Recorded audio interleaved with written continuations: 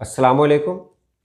आज की वीडियो मैं जो बना रहा हूँ, लेकिन शायद ये वीडियो इससे पहले भी मैं बना चुका हूँ। चपरासी किसे कहते हैं, चपरासी लफ्ज़ कैसे बना। इतनी वीडियोस हैं इस चैनल पे कि कब बनाया मुझे याद नहीं है। बहरहाल फिर से बन जाए तो क्या दिक्कत है, क्या परेशानी है। देखिए, कुछ नया तो होगा ही। चपरासी किसे कहते हैं, आज की वीडियो में हम यही जानने वाले हैं। तो चलिए वीडियो शुरू करते हैं।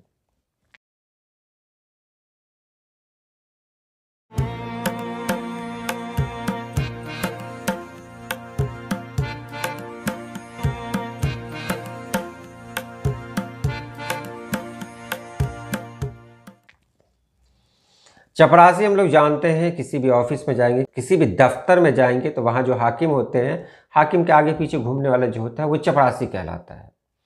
चपरासी का मतलब होता है वो हाकिम के हाँ में हाँ मिलाए, हाकिम जो कहे उसको जल्दी पूरा करे, यही चपरासी है। अब ये लफ्ज़ कैसे बना, तो ये लफ्ज़ बना है चप। चप माने होता है बायां, बायां, बायां इन लेफ्ट। रास्त, रास्त यानी दायां। तो असल लफ्ज़ था चपरास्त। मतलब अगर कहीं बनाया जाए तो हो सकता है कि चपरास्ती लफ्ज़ रहा होगा, चपरास्ती। लेकिन ये ते इसमें से हट गया और बन गया क्या, चपरासी, यानी बायां दायां। जो हाकिम के बाएं दाएं हो, यानी हाकिम का बायां दायां हाथ हो। ऐसे भी मुहावरा है ना कि उसका दायां हाथ होना, तो दायां नहीं दायां बायां दोनों।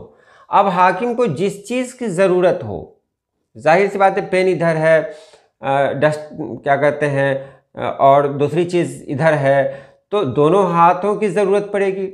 तो ऐसा कोई इंसान है वो उस हाकिम के दोनों हाथों का काम अंजाम दे रहा हो, तो उसको कहते हैं चपरासी, जो दायां बायां दोनों काम अंजाम दे रहा हो।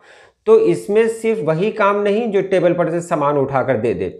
चपरासी का मतलब होता है कि उसकी ज़रूरतें, जो जो ज़रूरतें हैं, जो जो ज़रूरतें होनी चाहिए, मतलब दफ्तर के अंदर, वो सारी ज़रूरतों को वो चपरासी पूरा करता है, वो पूरी करता है। जैसे प्यास लगी है, अब पानी कौन लाएगा, चपरासी।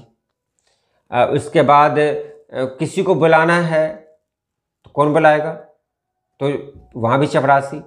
तो चपरासी वही होता है कि बस हाकिम ने हुक्म दिया और चपरासी ने उस हुक्म की तामील कर दी, यानी दायां बायां हाथ जो उसका होता है वही चपरासी कहलाता है। उम्मीद है आपने समझ लिया होगा।